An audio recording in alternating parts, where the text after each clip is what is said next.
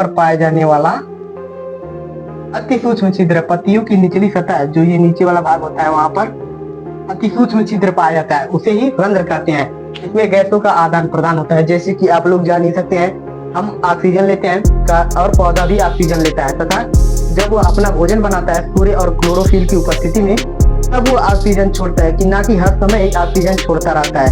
इस गलतफहमी में आप कभी ना रहिए। अगर ये बोर्ड एग्जाम में दे दिए तो आपका एक नंबर गायब हो जाएगा, इसलिए आप ध्यान से इस वीडियो को स्क्रॉल करके आगे मत बढ़िए। इस वीडियो में जो है वो और किसी वीडियो में नहीं है। धन्यवाद। Hello everyone, welcome to my Lav Kush exam warriors channel में आप सभी का सम प्रेम नमस्कार। मैं आप सभी को आज रंध्र की संरचना बताऊंगा, जो आपको बोर्ड एग्जाम में 5 नंबर जरूर देगा। यह एक साल नहीं, प्रत्येक साल पूछा जाता है। और इसकी मैं 2 विशेषताएं भी बताऊंगा, रंध्र कैसे खुलता है और बंद होता है। पहले हम आपको रंध्र की सबसे संरचना, सरल सरल संरचना बताना चाहते हैं। जैसे कि देखिए, ये इसे कहते हैं हम स्टेमिया छिद्र, जो खुला हुआ भाग होता है, और ये जो सेम के बीच के आकार का भाग होता है उसे द्वार कोशिकाएं कहते हैं। और जो ये ढका हुआ है सेम के बीच के आकार को, उसे ही बाह्य कोशिका कहते हैं। और ये जो बूंदी बूंदी दिख रही है आपको, ये सब हरित लवक हैं।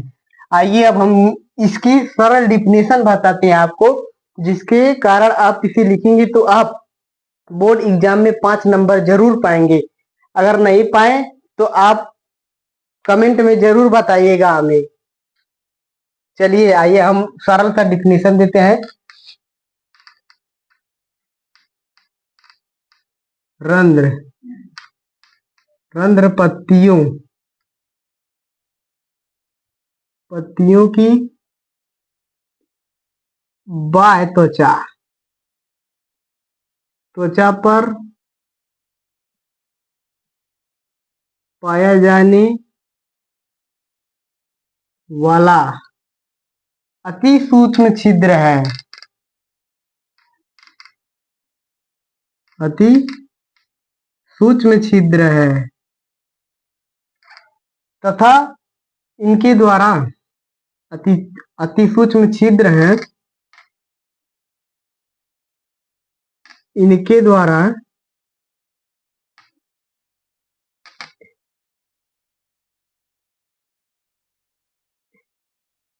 इनके द्वारा इनके द्वारा पादप तथा बाह्य वातावरण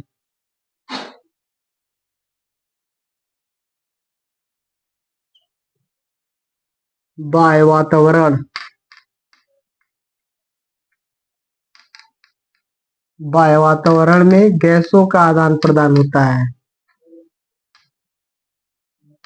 गैसों का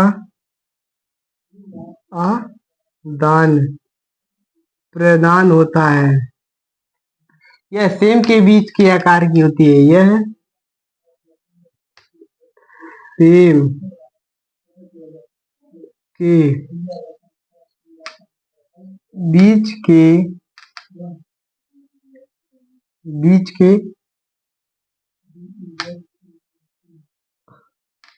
सेम के बीच के आकार का होता है। यह सेम के बीच के आकार का होता है। आप देख सकते हैं, यह सेम के बीच के आकार का खुद है, जिन्हें द्वार कोशिकाएं कहते हैं। जिन्हें द्वार कोशिकाएं कहते हैं। जिन्हें द्वार कोशिकाएं कहते हैं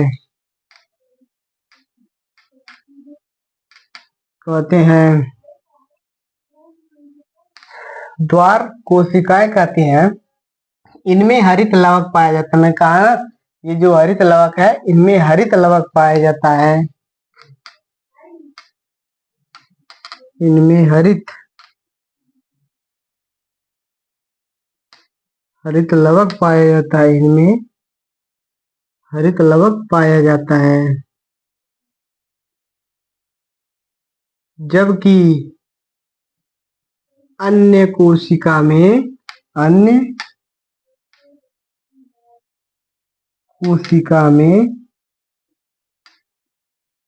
हरित लवक नहीं पाया जाता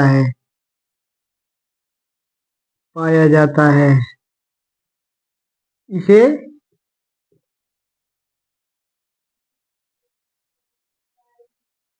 इसे क्या कहते हैं? इसे रंध्र कहेंगे या स्टोमेटा कहेंगे। इसे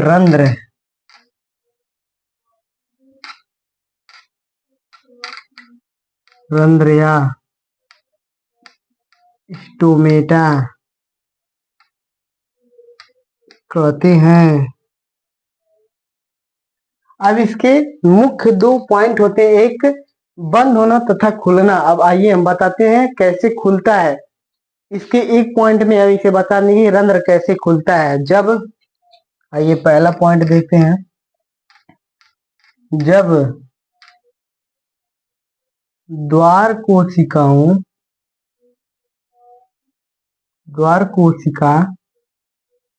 की परासरण सांद्रता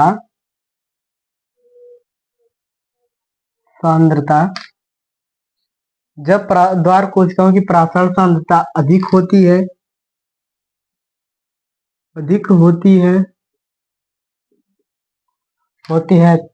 होती है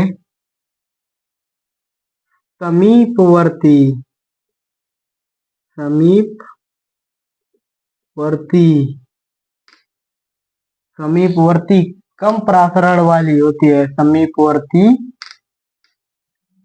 कम परासरण वाली होती है।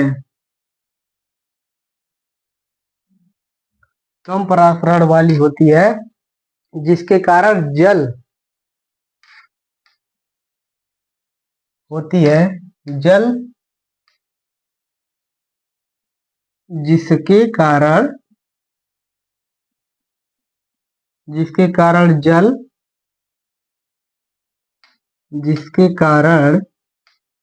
जल द्वार कोशिकाओं में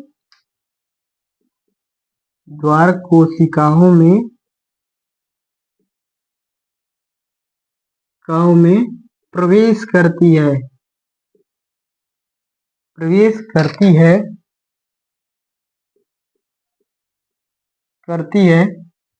जिससे इसकी बाहरी भित्ति फैल जाती है। जिससे द्वार कोशिका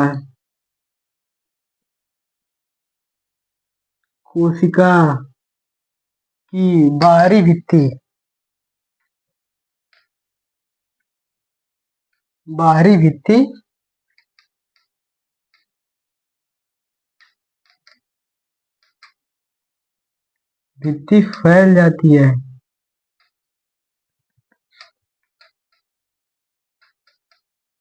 फैल जाती है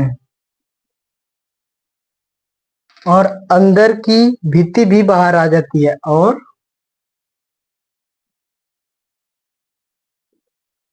आंतरिक भित्ति भी बाहर आ जाती है। बाहर आ जाती है, जिससे रंध्र खुल जाता है। जिससे रंध्र खुल जाता है।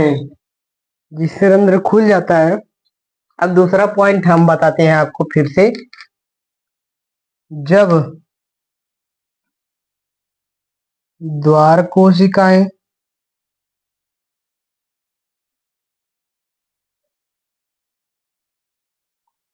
सतल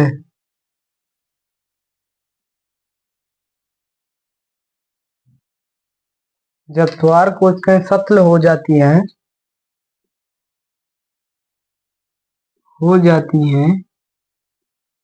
तो जब द्वार कोशिकाएं सतल हो जाती हैं तो तब स्फीति दाब कम हो जाता है। तो स्फीति स्थिति दाब कम हो जाता है,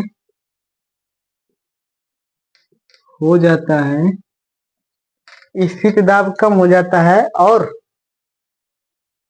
रंध्र अपनी पूर्वावस्था में आ जाती हैं, और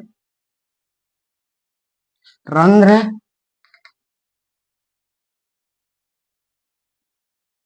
अपनी पूर्वावस्था में